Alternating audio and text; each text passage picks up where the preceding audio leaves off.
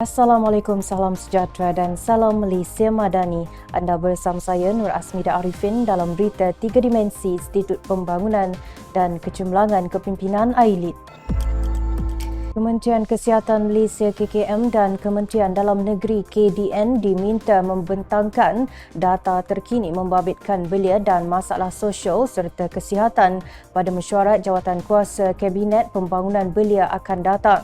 Menurut Yang Berhormat Han Nahyo, Menteri Belia dan Sukan, ia bagi membolehkan semua kementerian melakukan intervensi berdasarkan data terkini dan tidak lagi membuat keputusan bersendirian atau secara silo. Ujar beliau, pembentangan itu perlu supaya kementerian lain boleh membuat intervensi bertepatan dengan data terkini dan setiap masalah tersebut perlu ditangani melalui koordinasi antara semua kementerian.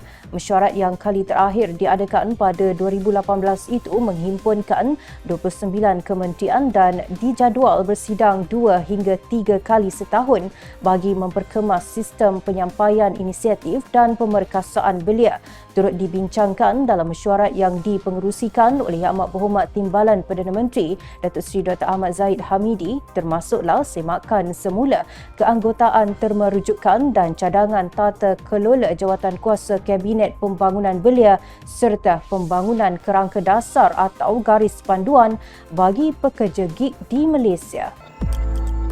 AILID menerusi kluster kepimpinan dengan kerjasama Jabatan Pendidikan Negeri JPN Johor telah melaksanakan bengkel penyelarasan program MFLS Tier 2 dengan melibatkan penyertaan pegawai-pegawai yang terdiri daripada Jabatan Pendidikan Negeri JPN, MARA dan JAKIM bertempat di Hotel GBW Johor. Menurut Yang Berusaha Encik Ahmad Syukri Adnan, Ketua Penolong Pengarah Kluster Kepimpinan AILID, bengkel ini dilaksanakan dengan tujuan untuk menyelaraskan isu-isu dan keperluan yang berkaitan dengan program MFLS. Tambah beliau, menerusi bengkel ini juga dapat membincangkan isu-isu berkaitan keperluan logistik program MFLS Tier 2 tahun 2023 di samping menyelaraskan dan merancang program-program MFLS di masa akan datang.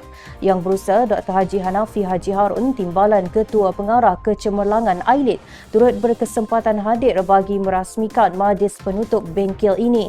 Turut hadir bersama-sama ialah Yang Berusaha Tuan Haji Azman Haji Adnan, Pengarah Bahagian Pengurusan Sekolah Harian BPSH Kementerian Pendidikan Malaysia.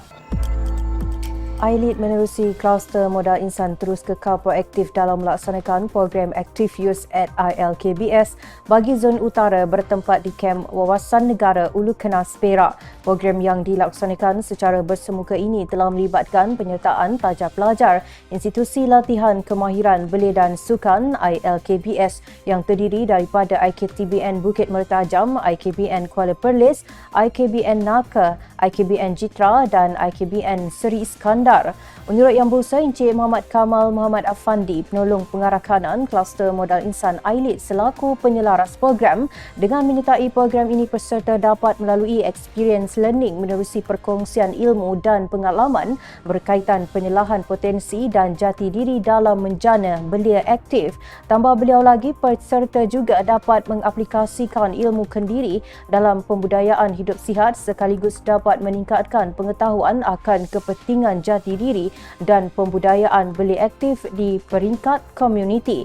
Turut hadir dan menyempurnakan majlis penutup program berkenaan ialah Yang Berusaha Encik Khalid Muhammad Yusof, Ketua Penolong Pengarah Kanan Cawangan Pengurusan Hal Ehwal Pelajar, Bahagian Pembangunan Kemahiran Belia, Kementerian Belia dan Sukan.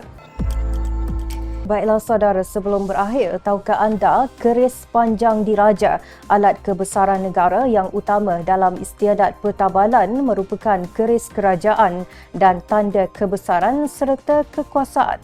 Keris ini dari hulu hingga ke sarungnya bersalut emas dan di atas sampirnya diterapkan lambang Kerajaan Persekutuan dan lambang 11 negeri-negeri Tanah Melayu. Sekian untuk perkongsian pada hari ini. Temui kami 3 kali seminggu pada hari Isnin, Rabu dan Jumaat jam 3 petang dengan 3 berita penting hanya di Berita 3 Dimensi.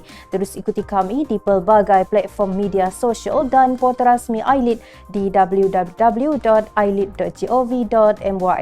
Saya Asmida Arifin. Assalamualaikum dan salam Malaysia Madani.